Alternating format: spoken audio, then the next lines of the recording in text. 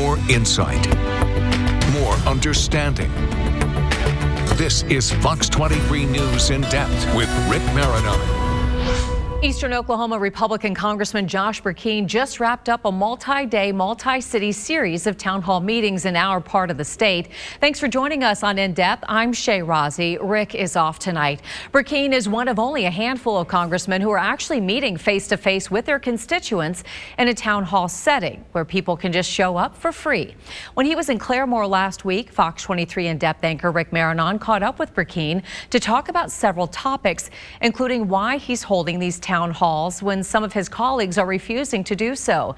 Here's their unedited conversation. Where are you at on the Epstein files? I signed the resolution by Ralph Norman. The key word there is credible information. I was one of the first to sign that resolution because I believe in transparency, but I also want to make sure that the innocent are protected. I know you're a debt and deficit guy, so I'm really interested on where you stand on as far as how the tariffs are going, because yes, I went to Walmart and my coffee costs $2 more now, but I'm being told that this is debt and deficit payment money as well. Okay. Where are you at on the tariffs? We're going to talk about that. And throughout the congressional district, we have been bringing that up. And relative to what I was working on for the One Big Beautiful Bill, I faced more votes than I think any other member of the Oklahoma delegation. Because of being on the budget committee. And so I had, as the 1974 Budget Control Act dictates, we have to start the process, the budget committee does, and we end up being the one who has to make sure after we set top line numbers that those are adhered to. And some in Oklahoma will absolutely remember I held the One Big Beautiful Bill up for a weekend, myself, Chip Roy, Ralph Norman, Andrew Clyde, because we weren't willing to sign off on it because for me, as I mentioned when I was holding it up in my comments, because of the dollar figures of gamesmanship on wind and solar refundable tax credits, money paid to wind and solar without them paying a dime in income taxes based upon kilowatt hour of electricity produced over, at the course of a 10-year period. We're talking about hundreds of billions of dollars. That's real dollars to be able to make balance happen. We went through a weekend of negotiations with the White House and leadership. We were able to get balance in the One Big Beautiful Bill. It went to the Senate because of the Byrd rule and because of some real activity from Lisa Murkowski, the senator from Alaska. That some, not all, of the negotiations we'd had in that weekend prior were removed. And so then there was a delay. As someone will remember, I was one of 8 to 10 that was delaying on the vote. What most people don't know is I was in direct meetings with the president earlier in the day. Those meetings with his staff continued later on. The president gave us significant assurances because of his commitment relative to ending the Green New Scam. And we ended up with 3 days later, after the vote on the One Big Beautiful Bill, the president signed an executive order. And what he did was he tightened the rules of who could be allowed, the change that was a part of Lisa Murkowski's concern. He tightened the rules of the abuse of wind and solar, of who could commence construction, meet the IRS definition of that, and have extra caveats. I tell you all that to say, I wanted, and we had the product because of what the four of us did in that weekend when we sent it to the Senate, balance within the bill. And I've walked through that math through all these town halls and showed that balance. What we ended up with the president making us those significant assurances moving ahead, we had to, for 3 years, which will happen in the next 3.5 years, the president's put the 10% floor on tariffs. That dollar amount for the next 3.5 years on tariffs does make, in the math I'm looking at so that I can be honorable. Some people can look at the math and see different things. I see 3.5 years of those tariffs, that 10% floor, is going to be able to assure that we have balance. Beyond that, which Biden kept many of Trump's tariffs, remember in his previous administration, we go beyond that 3.5 year window. What we're going to end up with is significant surpluses. So the full President Trump effect of wanting the Big Beautiful Bill, putting his leverage behind it, plus just 3.5 years of tariffs, balance is in the bill. And then everything beyond that is going to be something for a reduction of debt and deficits.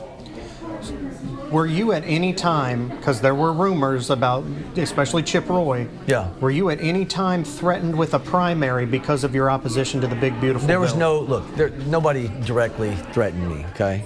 I'm grateful for the White House. I knew philosophically they were where we were at, specifically for me on wind and solar.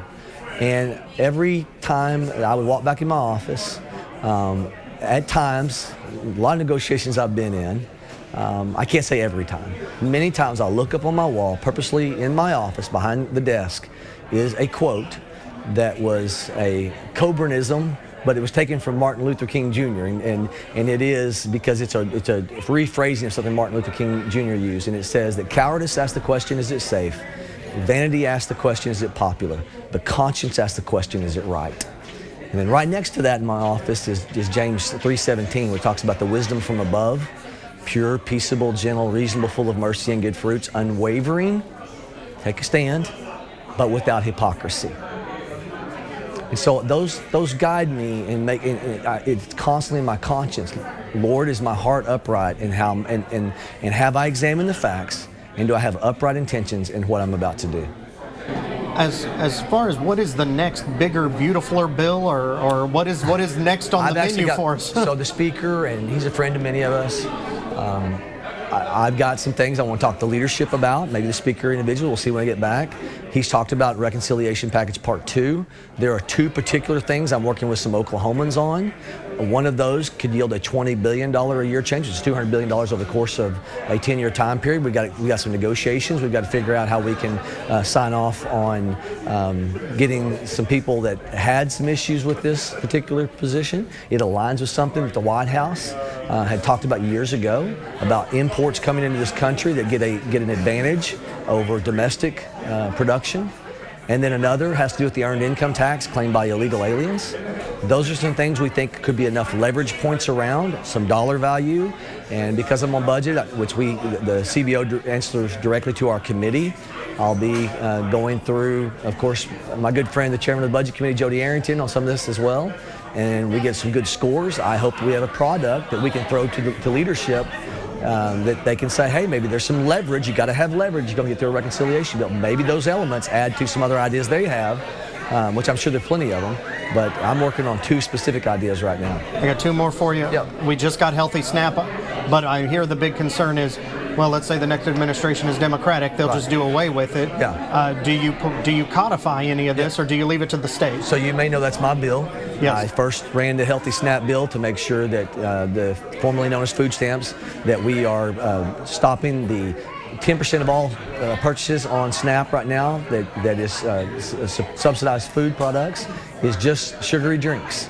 And then the dessert packaging. And so we know that leads to long-term impacts for our kiddos. And those are costs to the American taxpayer. And it's making us a less healthy society. So now Secretary of the State Marco Rubio allowed me to join him in that effort when I first got into Congress. Since he's become Secretary of State, Senator Mike Lee and I have that measure now. It has been one of the lead things that RFK has talked about, his support system of Cali means. Cali's told me individually this is one of our priorities. I spoke to the Secretary of Ag about this because some of that part of that flows through USDA. So I'm hopeful, in addition to what Oklahoma's doing, asking for special permission to be able to have some permissibility on doing that. But I believe every state in the nation needs to be doing that, and so I'm very optimistic. It's an opportunity that won't come again. RFK in this position championing this. It's an opportunity that won't come again. So I'm very optimistic what we can get done in Congress. Final question. You are holding town halls. Yes. I have heard even compliments from Central Oklahoma. Well, at least he's facing his constituents. Yeah. Were you? I imagine there was no doubt in your mind you were going to do a town hall, and how has it gone? So we've done 100 town halls even up until this series of 20 town halls in the 2.5 years I've been in office. And what makes this different, and people are seeing this on social media, about a week to 2 weeks ago, what it says is an organized Oklahoma Democrat Party decided to encourage people to show up, and the Capitol Police made us aware of this, to show up and, quote, get angry, get loud. And so people are doing that, unfortunately, and they're being, I would say, selfish. Now, there are some. I just came from Okmulgee, and the chairwoman of the Democrat Party in Okmulgee, she was a class act a minute ago, and she handled herself with class, and I told her, you're a model. We can have disagreements in this country, but to make sure that I care for the person I have disagreements with, and make sure I really know that they're made in the image of God, and they may disagree with me wholeheartedly, but to always keep in perspective that the way we treat others is always going to be reflected when they treat us back. And so my whole goal, even though that this is organized and they're private messaging people to show up and get loud and be disruptive, and we've seen that. We saw a guy rip an American flag at Bartlesville the other night. It's just unfortunate. That's about self. That's not about letting everybody else's voices be heard. It's all about trying to draw attention and make a social media post that you can, feel good about. My hope is they'll feel good about knowing that God made them special without having to do stuff like that. And so we're trying to create a culture where we can say, we want to hear from you, but let's be an example to the rest of the country. The reason why the rest of the country stopped doing this is because of this type of partisan activity where people do these outbursts and disrupt and they're rude to each other. And so we're trying to create an atmosphere where we can say, I want to hear you disagree, but let's also be kind in that process. Thank you.